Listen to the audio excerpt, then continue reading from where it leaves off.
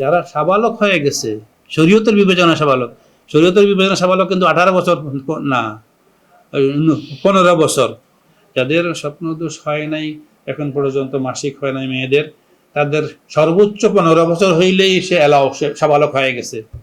কিন্তু এর পূর্বে 12 বছরে অনেক ছেলে কিন্তু সাবালক হয়ে যায়, অনেক মেয়ে 11 বছর বয়সে কিন্তু সাবালক হয়ে যায়, যার তার মাসিক যদি শুরু হয়ে যায়।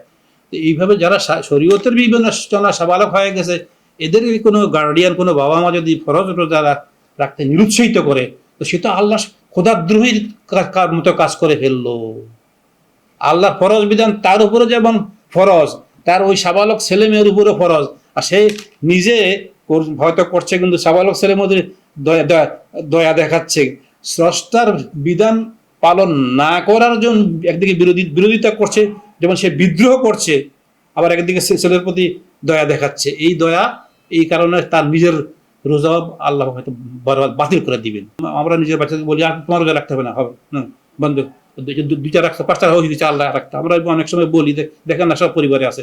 এই ক্ষেত্রে এটা ঠিক আছে, কিন্তু সাবালক হয়ে গেছে, রোজা ফরজ হয়ে গেছে, তার স্কুলের বিবেচনা, কলেজের বিবেচনা, মার্কেটে যাবে, সেই জন্য রোজা রাখা দরকার নাই, নিরুৎসাহিত করা হারাম, সম্পূর্ণ নিষেধ, কঠোরভাবে নিষেধ। নিজে যাদের উপর রোজা ফরজ, তারা রোজা না রেখে গরিবকে খাওয়াই দিলে কোনোভাবেই সে মাপ পাবে না।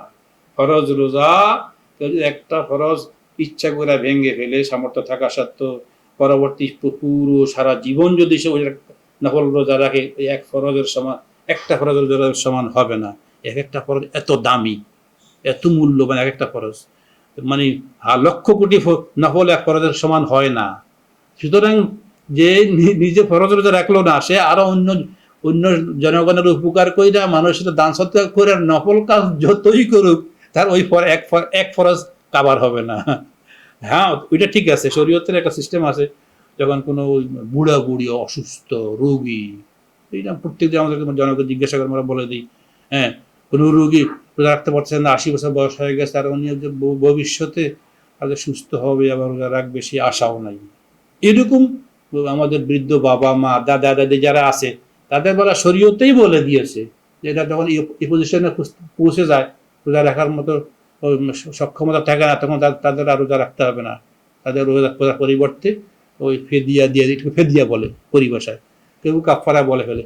এই ফেদিয়া হইলো কি, ওই পরিবর্তে একজন গরিব মানুষের যে কটা রোজা, 29 রোজা, 30 রোজা হোক, ওই কদিন একজন গরিব মানুষ, গরিব খাদেম সাহেব এইসব যদি গরিব হয়, কথার কথা, একজন নেককার মুসল্লি মানুষ গরিব আছে, ওই গরিবের মাহে রমজানের ইফতার সহ 3 বেলা খাওয়াই দিলে, ওই এক রোজা রাখলো না মানে তার ফেদিয়া একজন গরিবের একদিন খাওয়াই দিল।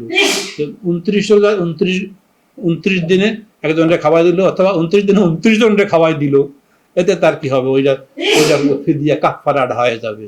এই সুযোগ শরীয়তে রাখছে। ওনার ওই বুড়া বুড়ি যে আছে, মুরব্বী মানুষ, সুস্থ মানুষ, আল্লাহ ওইটাই তার ওই রোজার সমান্তরালে গণ্য হয়ে যাবে।